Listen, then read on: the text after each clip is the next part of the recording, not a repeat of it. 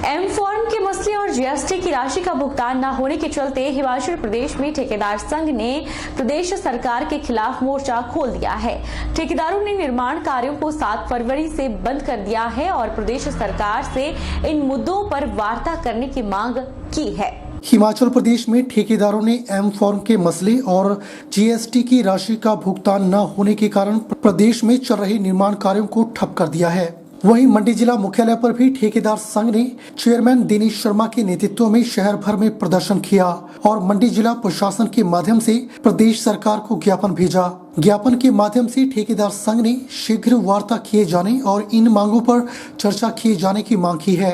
हिमाचल प्रदेश ठेकेदार कल्याण संघ के चेयरमैन दिनेश शर्मा ने कहा कि आज अगर ठेकेदार सड़कों पर उतरे हैं तो इसके लिए कहीं न कहीं सरकार जिम्मेवार है और माइनिंग पॉलिसी वजह है। उन्होंने कहा कि एसोसिएशन का मुख्य मुद्दा एम फॉर्म और एक्स फॉर्म का है, जिसका ठेकेदारों से कोई लिंक नहीं है। वो सिर्फ लीज होल्डर और क्रशर के बीच का होना चाहिए और माइनिंग रूल्स में यही प्रावधान है। उन्होंने कहा कि एसोसिएशन की मांग है कि माइनिंग रूल्स के अंतर्गत मिनरल का जो एक्ट है उसके तहत थर्ड पार्टी यानी कि ठेकेदारों को बाहर किया जाए और जीएसटी का पैसा जो पिछले 3 सालों से ठेकेदारों को नहीं मिला है उसका भुगतान किया जाए। मेरे साथी आज जो उग्र हुए हैं तो इसके लिए कहीं ना कहीं सरकार जिम्मेवार है और कुछ माइनिंग की पॉलिसियां हैं, उसकी वजह से हमारी आज की हालत ख़राब हुई है। हमारा मेन मुद्दा जो है वो एम फार्म और एक्स फार्म का है, जिसका कॉन्ट्रैक्टर से कोई लिंक नहीं है। वो सिर्फ लीज होल्डर और क्रैशर के बीच का होना चाहिए और माइनिंग रूल भी यही बोलता है। तो हम रूल के तहत ही सरकार से डिमांड करते हैं भाई माइनिंग रूल जो मिनरल का एक्ट है उसके हिसाब से थर्ड जो हम बायर हैं हमारे को एम फार्म से बाहर किया जाए। मेन मुद्दा ये है। और नंबर 2 जो जीएसटी हमने ऑलरेडी पे कर रखा है सरकार को 3 साल से ज़्यादा हो गई, जिसमें 18% अगर हम लेट करते हैं, कॉन्ट्रैक्टरों ने बैंक से लोन लेके जीएसटी पे किया हुआ है, अगर हम लेट करते तो 18% सरकार उसका इंटरेस्ट लेती। आज दिन तक हमारे को जो वापस नहीं मिल रहा है, अगर सरकार उसको नहीं दे पाती है तो बताए भी क्या कारण है, क्योंकि पैसा के बिना तो ठेकेदार नहीं चल सकता। ठेकेदार अपने परिवार को, अपने ज़मीन जायदाद को गिरवी रख के पैसा लोन ले रहा है और काम कर रहा है, सरकार के विकास कार्यों को करता जा रहा है। पर अब जब पेमेंटें भी रोक दी गई और एम फार्म का मसला हल नहीं हो रहा है, जिस जीएसटी का पैसा कोई नहीं मिल रहा है, तो ठेकेदार चाहते हैं भाई इसका हौसला जल्दी से जल्दी किया जाए।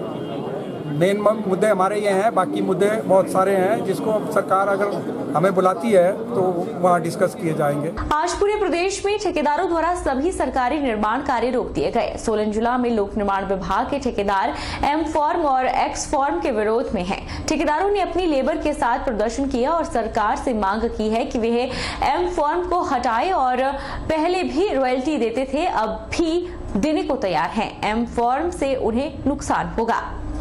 सोलन में ठेकेदारों ने अनिश्चितकालीन हड़ताल शुरू कर दी है। ठेकेदारों का करोड़ों का भुगतान एम फार्म की वजह से लटका हुआ है। सोलन में भी करीब 500 से ज्यादा ठेकेदार हैं जो पीडब्ल्यूडी विभाग के कार्यों के कॉन्ट्रैक्ट लेते हैं। वहीं इस हड़ताल से सरकारी कार्य निश्चित रूप से प्रभावित होंगे। जिला में अर्की, कसौली, सोलन और नालागढ़ डिवीजन के बहुत से ऐसे सरकारी काम हैं जो ठेकेदारों द्वारा किए जाने हैं। वहीं जिला सोलन पीडब्ल्यूडी कॉन्ट्रैक्ट एसोसिएशन के प्रधान हितेंद्र ठाकुर ने बताया कि सरकार ने सरकारी विभागों के अधीन किए जा रहे निर्माण कार्यों में एम फार्म लगाने का फैसला सुनाकर ठेकेदारों की परेशानी बढ़ा दी है। ठेकेदारों का करोड़ों का भुगतान एम फार्म की वजह से लटक गया है। वहीं निर्माण कार्य पूरा करने के बाद भी ठेकेदारों को उनका हक नहीं मिल पा रहा। ठेकेदार लोक निर्माण विभाग सहित अन्य विभागों को पहले भी रॉयल्टी दे रहे थे। ऐसे में एम फार्म लगाने का नियम लागू करके सरकार ने ठेकेदारों पर अतिरिक्त बोझ डाल दिया है। हालांकि एम फार्म से ठेकेदारों का कोई लेना देना नहीं है। उद्योग विभाग यह फार्म निर्माण सामग्री बेचने वाले कारोबारियों को जारी करता है।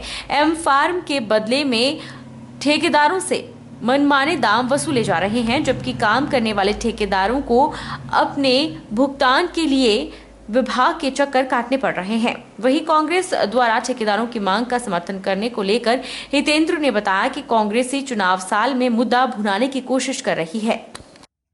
आज जो ये हड़ताल की है ठेकेदार एसोसिएशन हिमाचल प्रदेश की माध्यम से, तो ये इसलिए की गई क्योंकि एम फार्म का जो है हमारा इशू जो है, जो हम उपलब्ध नहीं करवा पाते और जिस वजह से हमारी जो है पेमेंट रुकी पड़ी है, जिससे ठेकेदार बिल्कुल परेशान है। हमारी साइड पे निकलने वाला जो मटेरियल जो हम यूज करते थे उसकी हम पहले भी रॉयल्टी डिपार्टमेंट को देते थे, लेकिन अब जो सिस्टम आया है कि आपको एम फार्म इस के देने पड़ेंगे, लेकिन एम फार्म की व्यवस्था कुछ ऐसी नहीं बना पा रही है सरकार, विभाग और डिपार्टमेंट। निर्माण कार्यों से जुड़े ठेकेदार एसोसिएशन ने सोमवार को एम फॉर्म लागू करने और जीएसटी की दर बढ़ाने के विरोध में अधिशासी अभियंता को ज्ञापन सौंपा। ठेकेदारों पर लगाई गई शर्तों को हटाने की मांग रखी है। ठेकेदार योगेश गुप्ता ने बताया कि सरकार द्वारा ठेकेदारों पर एक शर्त और लागू की गई है जो एम फॉर्म की है। उन्होंने कहा कि एम फॉर्म उपलब्ध करवाना उनके लिए संभव नहीं है। साथ ही जीएसटी की दर को भी 12% से 18% किया गया है, जो कि बहुत ज्यादा है। सरकार द्वारा लागू की गई इन दोनों शर्तों के विरोध में आज पूरे प्रदेश भर में निर्माण कार्य बंद रखे गए। इसी कड़ी में सिरमौर के मंडल स्तर से लेकर जिला स्तर पर भी ज्ञापन सौंपे गए।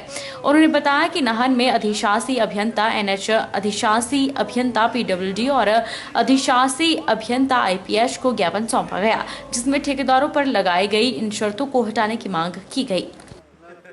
और अब डिपार्टमेंट ने ऐसा रूल, नए से नए रूल बना दिए हैं कि हमें एम फार्म प्रोवाइड करने पड़ेंगे, जिसके लिए हम सभी ठेकेदारों को बड़ी प्रॉब्लम आ रही है। जीएसटी भी बढ़ा दी है, 12% थी अब 18% कर दी है। इसके लिए भी हमारी खास प्रॉब्लम सबके लिए है और हम चाहते हैं कि सरकार से ही प्रार्थना करते हैं, अनुरोध करते हैं कि इस जो हमारी प्रॉब्लम्स है जल्दी से जल्दी इसका समाधान निकालें ताकि ठेकेदार काम कर सके, क्योंकि ठेकेदारी एक सरकार को चलाती है।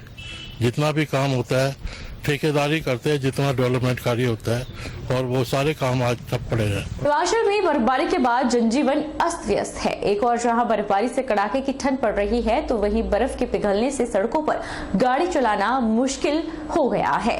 हालांकि बर्फ से सराज क्षेत्र की पहाड़ियां अभी भी ढकी हुई हैं। वहीं मौसम विभाग ने 9 फरवरी को प्रदेश में फिर से मौसम खराब होने का पूर्वानुमान लगाया है। हिमाचल प्रदेश में बारिश और बर्फबारी के बाद ठंड का प्रकोप जारी है। 9 फरवरी को फिर से मौसम खराब रहने का पूर्वानुमान मौसम विभाग ने लगाया है, जिस कारण एक बार फिर प्रदेश वासियों को आसमानी मुसीबत का सामना करना पड़ेगा। हालांकि मंडी जिला के ऊपरी क्षेत्र अभी भी बर्फ से ढके हुए हैं और धूप खिलने से बर्फ के पिघलने का क्रम भी जारी है, जिससे सड़कों पर कीचड़ के चलते गाड़ी चलाने में परेशानी पेश आ रही है। वहीं एक और जहां मानवीय जीवन बर्फबारी से परेशान है, तो दूसरी ओर आवारा पशुओं को भी परेशानी झेलनी पड़ रही है।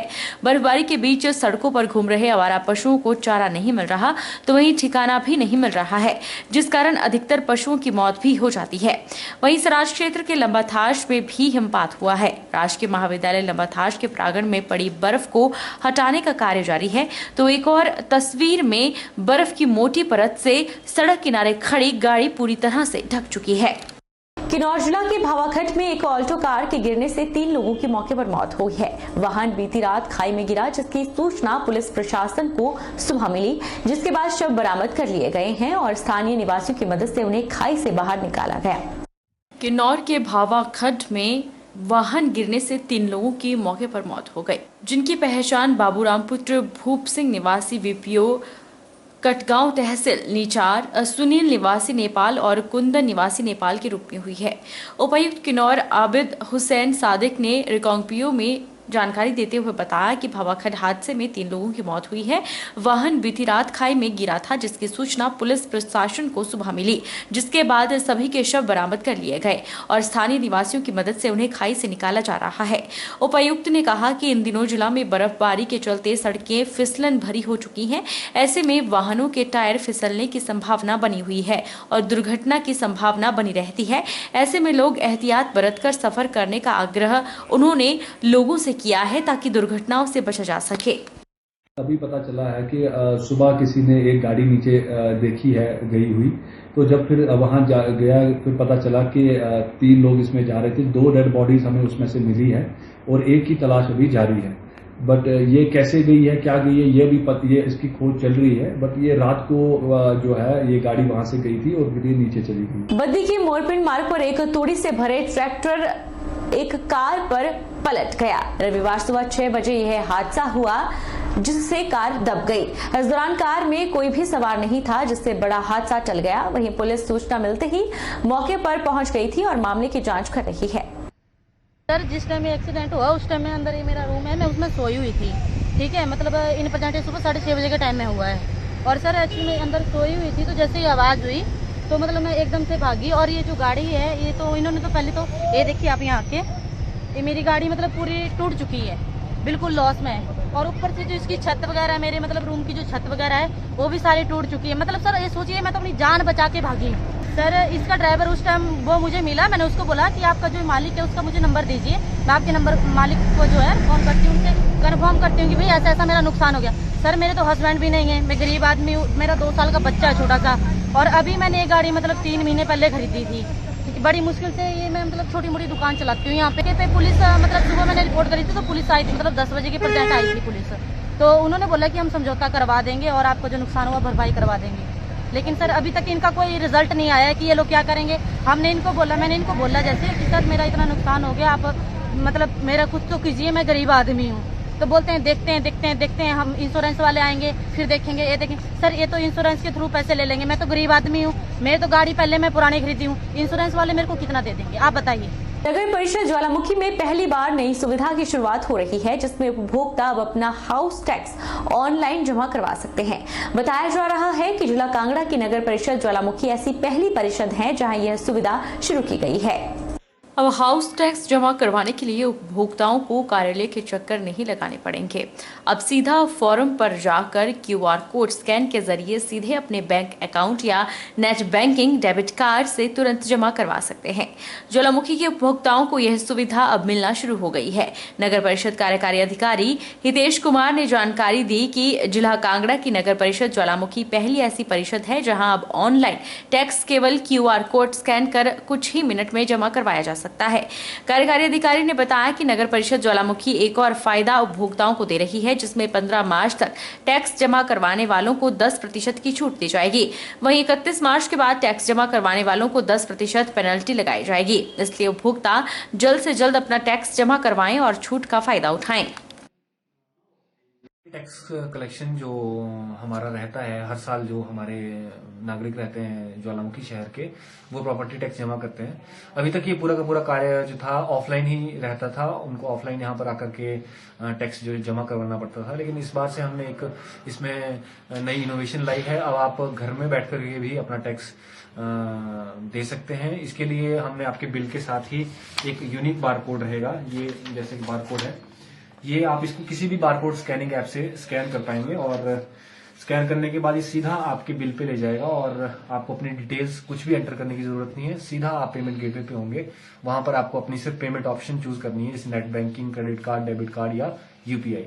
और उसके बाद आपका जो ये अमाउंट पूछेगा वो आप सीधा पे कर सकते हैं। इसके साथ साथ ही हम जो भी कंज्यूमर के रजिस्टर्ड मोबाइल नंबर हमारे पास हैं उन पर भी हमारी तरफ से एक SMS जाएगा जिसपे एक लिंक उनको सेंड होगा। उस लिंक पे क्लिक करके भी वो सीधा गेटवे पे आ सकते हैं और सेम प्रोसेस के साथ वो अपना बिल दे सकते हैं। वक्त चला है छोटे से ब्रेक का। ब्रेक के उस पार फौरन लौटेंगे।